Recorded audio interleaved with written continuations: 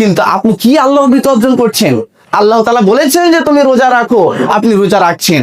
আল্লাহ রাব্বুল আলামিন বলেছেন যে তুমি যখন রোজা রাখবে তখন তুমি অসৎ কথা থেকে তুমি দূরে থাকবে, কিন্তু আমরা থাকতে পারি না।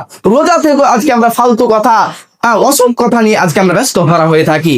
আমরা যদি এরকম কথা নিয়ে ব্যস্ত হারা হয়ে থাকি তাহলে আমাদের সিয়াম ক্ষতি হবে, আমাদের সিয়াম গ্রহণযোগ্য হবে না। এর জন্য আমি আপনাদেরকে বলতে চাই, আমরা যখন সিয়াম পালন করব আমাদেরকে এমন ভাবে সিয়াম পালন করতে হবে যাতে করে আমরা আল্লাহর ভীতি অর্জন করতে পারি।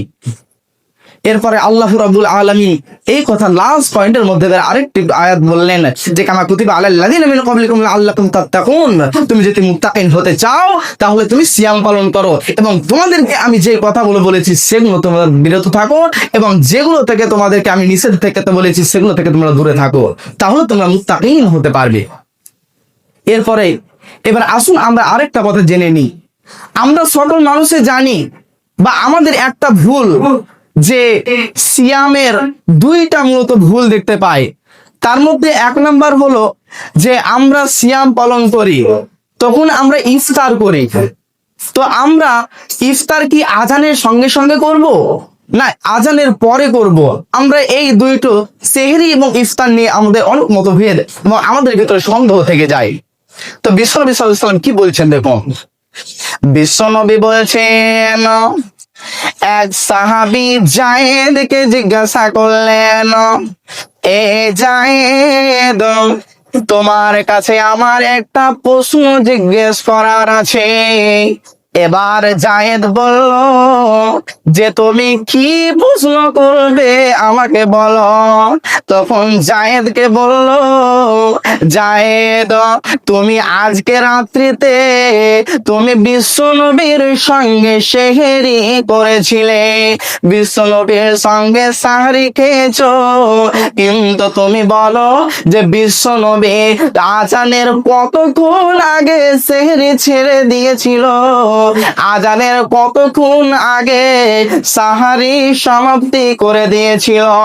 তখন যায়েদ বললেন যে বিশ্বনবী 10টি বা 50টি আয়াতের সমান, একজন মানুষ 50টি আয়াত করতে যে সময়টুকু লাগে ওই সময়টুকু বিশ্বনবী আগে তিনি সাহারি করা ছেড়ে দিয়েছিলেন, সাহারি করা তিনি বাদ দিয়ে দিয়েছিলেন যাতে করে 50টি আয়াত তেলাওয়াত করার সমান। অথচ আমরা এই থেকে বুঝতে পারি যে 10 মিনিট কি 15 মিনিট আগে, জামাতের 10-15 মিনিট আগে বিশ্বনবী সাহারি খাওয়া ছেড়ে দিতেন। কিন্তু আমাদের সমাজে একটা ভুল আছে যে আমরা মনে করি যে সাহারি করতে করতে করতে করতে যদি একবার মসজিদের মধ্যে আজান হেঁকে দেয়, মসজিদের মধ্যে যদি একবার আজান হয়ে যায় তাহলে আমরা আজানের পরেও যদি আমরা সাহারি খাই তাহলে আমাদের রোজা ভেঙে যাবে, আমাদের রোজা হবে না, আমাদের রোজার ক্ষতি হয়ে যাবে। কিন্তু বিশ্বনবী বললেন যে তুমি আজান চলাকালীন সময়েও যদি তুমি খাও কোনো অসুবিধা হবে না, কারণ তোমাকে আমি বলছি আমি 50টি আয়াত তেলাওয়াত করার সমান ওই সময় আমি নামাজের আগে আমি সাহারি খাওয়া ছেড়ে দিতাম। বিশ্বনবী সাল্লাল্লাহু আলাইহি ওয়াসাল্লাম 50টি আয়াত তেলাওয়াত করতে যে সময় লাগে ওই সময় আগে আজানের অর্থাৎ নামাজের আগে সেহরি খাওয়া ছেড়ে দিতেন। এরপরে বিশ্বনবী সাল্লাল্লাহু আলাইহি ওয়াসাল্লাম আরেকটা হাদিসের মধ্যে বললেন, বিশ্বনবী বললেন, আবু হুরায়রা হতে বর্ণিত, বিশ্বনবী বলছেন একদিন বিশ্বনবী ইফতার করছিলেন, হঠাৎ করে এক সাহাবী বলল, ইয়া রাসূলুল্লাহ আপনার কি হয়েছে, আপনার আবার কি হয়ে গেছে, নাকি আপনার রোজা লেগে গেছে যে আপনি এত সকালো আপনি ইফতার করে নিচ্ছেন। তখন বিশ্বনবী তাকে বলল যে আমি কোন সুকালো ইফতার করি নাই, আমি ঠিক সময়ে ইফতার করতে আছি। কেন কেন কেন? কারণ বিশ্বনবী বলছেন যখনই সূর্য ডুবে যাবে, যখন সূর্য অস্ত চলে যাবে, তখন তোমরা ইফতার করবে, এবং যখন সূর্য যখন উপরে থাকবে তোমরা কখনোই ইফতার করতে যেও না।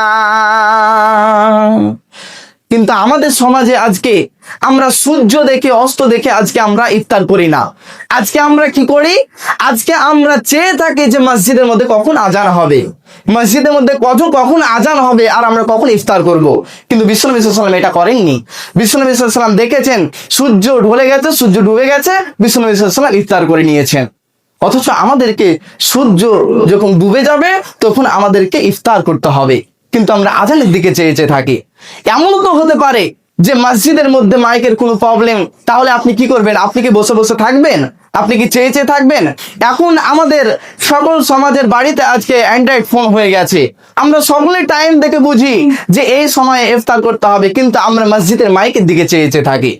কিন্তু বিশ্বনবী সাল্লাল্লাহু আলাইহি ওয়াসাল্লাম একটা সহিহ বুখারী ও মুসলিমের মধ্যে হাদিস এসেছে যে আমার উম্মত